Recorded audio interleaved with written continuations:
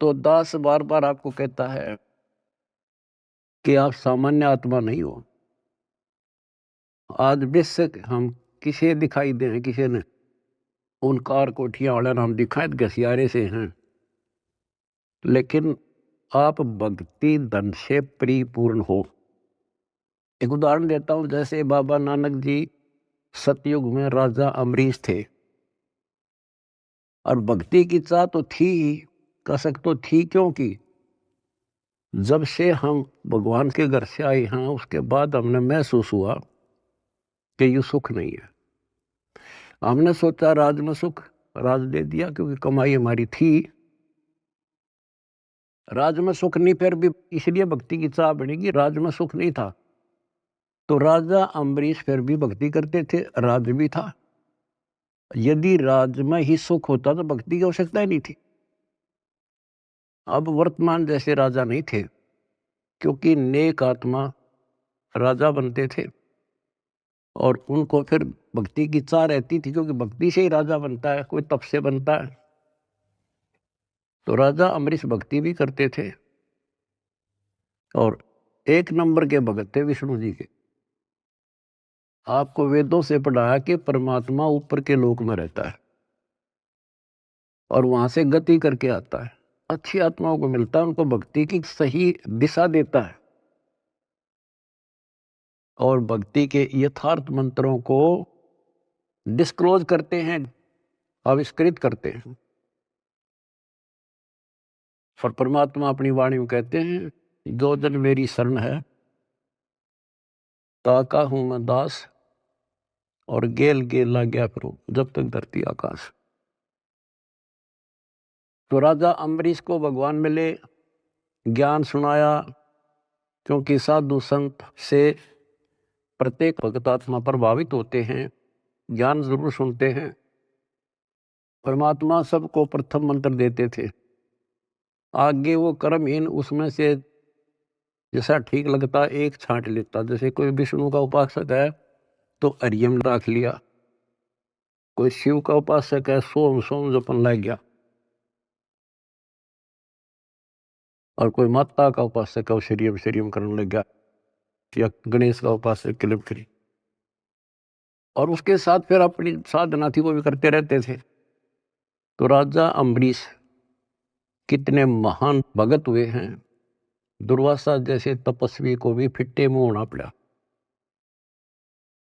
और उसके बाद बच्चों वो क्या बनते हैं, अगला जन्म राजा जनक का होता है, फिर भी राजा जो पिछले पुण्य।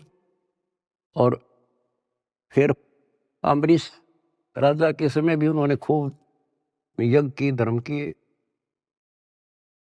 और राजा जनक के समय सुखदेव ऋषि जैसे जो त्यागी बैरागी मानता था अपने आप को और सिद्धि युक्त था कि आकाश में उड़ जाता था, अपने समान किसी को नहीं समझता था, उनको भी राजा जनक के सामने नतमस्तक होना पड़ा। अब जो दास आपको निष्कर्ष निकाल कर देगा ना, वो बात ध्यान रखना। अब राजा जनक ने अपना टाइम पूरा कर लिया, पुण्य थे स्वर्ग में खत्म करे, और बाकी उसके बाद कलयुग में बाबा नानक जी के रूप में जन्मे। उसमें उनके कितने ठाठ थे, नौकर थे, रानियां नौकरानियां थी, सैनिक थे, और खूब खान पीन में मौज थी, क्योंकि उनकी अपनी कमाई थी। फिर वो आत्मा क्या बनती है, Baba Nanak hand to mouth हो गए, निर्वाह करने के लिए स्वयं एक नवाब के वहां गोदाम में मुद्दी खाने में नौकरी लगे। अब ये विचार करने वाली बातें हैं, ये है तत्व ज्ञान, यानी जिसमें कोई निष्कर्ष निकले। रामायण सुना दी, महाभारत सुना दी, कृष्ण लीला सुना दी, ये तो है कथाएं, भगवान की कथाएं हैं, लेकिन उसका सार क्या है, तो जंगल वन है, वन में हर तरह की जड़ी बूटियां हैं, लेकिन वैद्य निकाल लेगा कौन सी जड़ी चाहिए हमने, वह निकाल ली और दवाई बना दी, खाओ अपना रोग हटाओ। उसको वैद्य कहते हैं। तो तत्वदर्शी संत अध्यात्म का वैद्य होता है, डॉक्टर होता है। अब आपके सामने ये डॉक्टर थे नहीं, वही वन, वही जड़ी बूटियां, वही शास्त्र, सारा कुछ लिखा हुआ, वही कबीर सागर, वही गरीबदास जी ग्रंथ, वही गीता, वेद, पुराण, कुरान, बाइबल, ये 18 पुराण। इन अज्ञानियों ने कुछ भी पता नहीं था। आज उन्हीं से दास ने परमात्मा, कबीर जी और गुरु जी की दी बुद्धि से वो निकाल कर जड़ी आपको दे दी। तो बच्चों, आज आप जैसे राजा जनक राजा थे, भगवान उनको त्रेता युग में मिले, क्योंकि तो मिलेंगे, उनका विधान है जैसे जो जन मेरी शरण है ताका हूं मैं दास, गेल के लाग गया करूं जब लग धरती आकाश। वो अपने विधान से कभी नहीं टलते, वो तो साथ ही रहते हैं आपके, आज भी साथ हैं। और आप कितना दुख पा रहे थे, भगवान को छोड़कर कहीं और भटक रहे थे, भक्ति साधना कर रहे थे, वहां भी आपके साथ थे। क्योंकि वहां आपको कोई दिक्कत आवे थी तो आपके पुण्यों से वो ही साथ देता, नहीं तो आप नास्तिक हो जाते।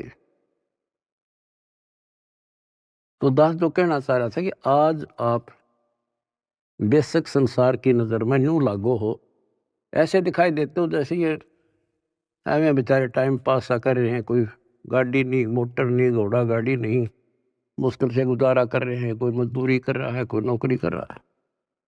अम्बरीश राजा और जनक राजा रहकर वो महापुरुष बाबा नानक नौकरी कर रहा था और मुश्किल से वो गुजारा हो रहा था, लेकिन वो भक्ति धन से भरे पड़े। और फिर परमात्मा आए, वह ज्योत जगा दी उनकी और उन्हें कल्याण कराया। आज आप उन महापुरुषों से अध्यात्म किस्मत में कम नहीं हो, ये सत्कर मान लेना। इस समर्थ की शरण ग्रहण करना कोई बड़का खेल नहीं है।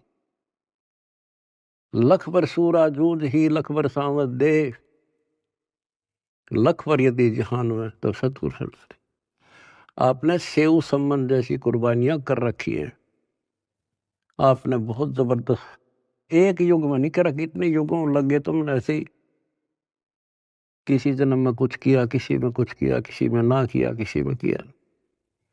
लेकिन जब यहां ले आए परमात्मा आपको इस मनुष्य जन्म देते देते और कलयुग के इस प्राइम टाइम में लाकर छोड़ दिया, इससे दास को पता है आप कितने लक्की हो, कितने हीरे हो उस परम पिता के।